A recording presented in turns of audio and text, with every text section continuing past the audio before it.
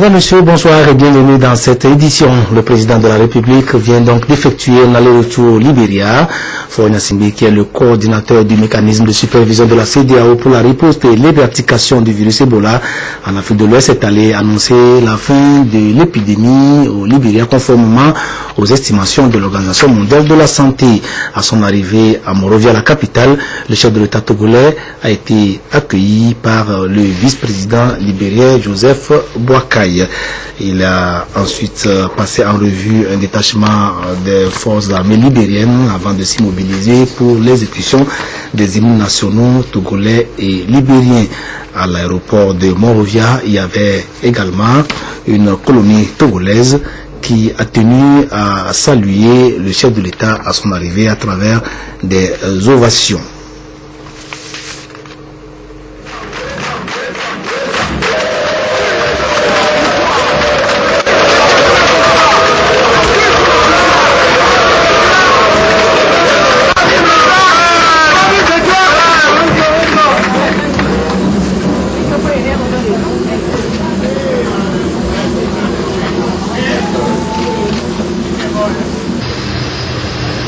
C'est donc la fin d'une tragédie au Libéria, un long cauchemar dont les Libériens ne pensaient pas voir la fin un jour. Dans un discours prononcé devant l'assistance et en présence de la présidente du Libéria, Ellen Johnson Sirleaf, le chef de l'État togolais a félicité tous les Libériens pour les efforts qu'ils ont déployés en vue de l'éradication de cette épidémie dans leur pays.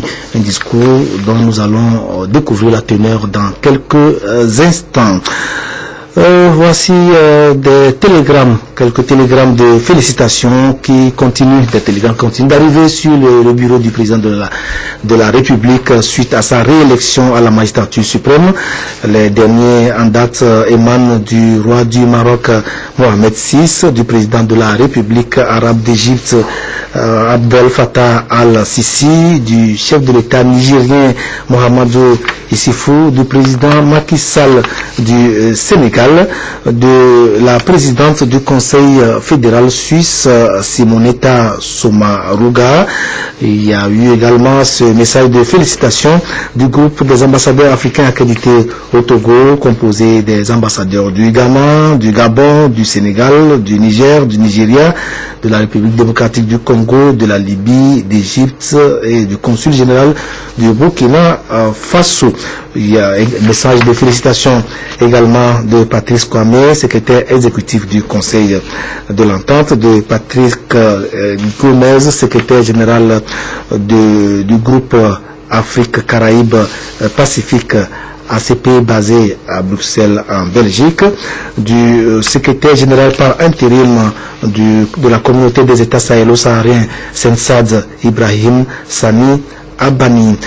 Il y a également des télégrammes de félicitations adressés au chef de l'État à l'occasion de la célébration de la fête nationale de la République togolaise. Nous citons notamment ceux de Milos Zeman, président de la République tchèque, et de Hannibal Cavaco Silva, président de la République du Portugal. Les praticiens de la santé d'Afrique de l'Ouest ont un important rendez-vous en juillet prochain à Ouagadougou, au Burkina Faso. À cette rencontre, il sera question de définir les meilleures stratégies pour apporter des soins de qualité aux populations avec en ligne de mire les décès maternels et infantiles. Au Togo, les acteurs du secteur se préparent activement à prendre part à ces assises. Une formation sur les bonnes pratiques en santé s'est ouverte à cet effet ce matin à Lomé. Initiée par l'Organisation ouest-africaine de la santé, cette formation devra permettre aux participants d'avoir une meilleure connaissance des outils méthodologiques pour l'identification et la documentation des bonnes pratiques en soins de santé. Reportage Eric Djaniko, Antoinette Romao Vovor. Dans le système sanitaire public du Togo, d'énormes efforts sont consentis en matière de réduction de la mortalité maternelle et infantile avec le lancement de la Carma en 2010 par le chef de l'État, la distribution des moustiquaires imprégnés, la vaccination des nouveau-nés, la planification familiale, entre autres. Le taux de mortalité maternelle est passé de 478 à 400 par 100 000 naissances vivantes et le décès infantile est passé de 88 à 46 sur 1000 naissances. En se comparant aux objectifs définis par les OMD, on ne suit pas exactement la tendance. Donc, beaucoup d'efforts restent à faire. Et par rapport à ce forum, alors, nous disons qu'il est bienvenu pour qu'on puisse capitaliser ce qui s'est fait ou ce qui devait se faire en termes de bonnes pratiques pour rapidement réduire ce taux de décès infantile et maternel et ainsi améliorer la santé de la mère et de l'enfant. Le taux de prévalence est en train d'augmenter. Nous sommes passés de 13% en 2010 à 17% en 2013, ce qui fait un record dans la sous-région. Ça fait 2 points par an. Et quand même dans nos visites sur le terrain, il y a quand même certaines familles qui sont encore réticentes. Nous sommes toujours en train de les sensibiliser. C'est plus sûrement qu'ils n'ont pas encore compris le bien fondé ou l'importance de la planification familiale. Nous continuons la sensibilisation. Ces efforts sont à encourager et à renforcer. Cela nécessite de la part des professionnels de la santé une prise de conscience et de bonnes pratiques pour offrir des soins de qualité aux populations. L'Organisation ouest-africaine de la santé offre ici un cadre de recyclage aux agents de santé de divers districts sanitaires du Togo pour être au pas. Cette formation balise donc la voie au premier forum ouest-africain sur les bonnes pratiques qui se tiendra en juillet prochain à Ouagadougou, au Burkina Faso. L'atelier national qui a eu lieu ici aujourd'hui au Togo va se dérouler également dans 9 pays de l'espace.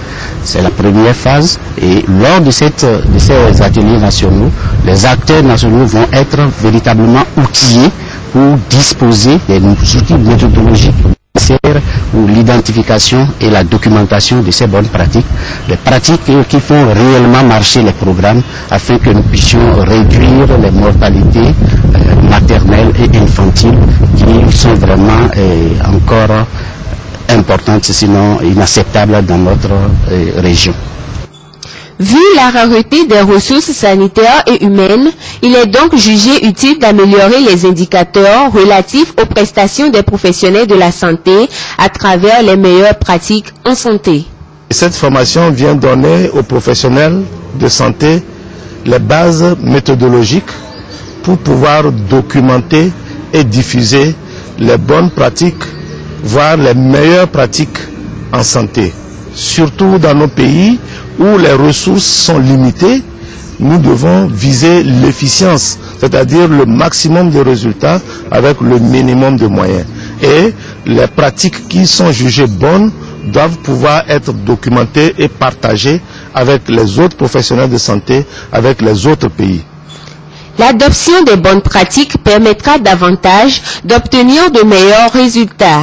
Réduction de 25% de la mortalité maternelle grâce à la planification familiale, de 30% des décès maternels et infantiles avec les soins obstétricaux d'urgence et le recul de la fistule obstétricale qui constitue un handicap pour les femmes. Autant d'atouts susceptibles d'améliorer les conditions de vie des populations.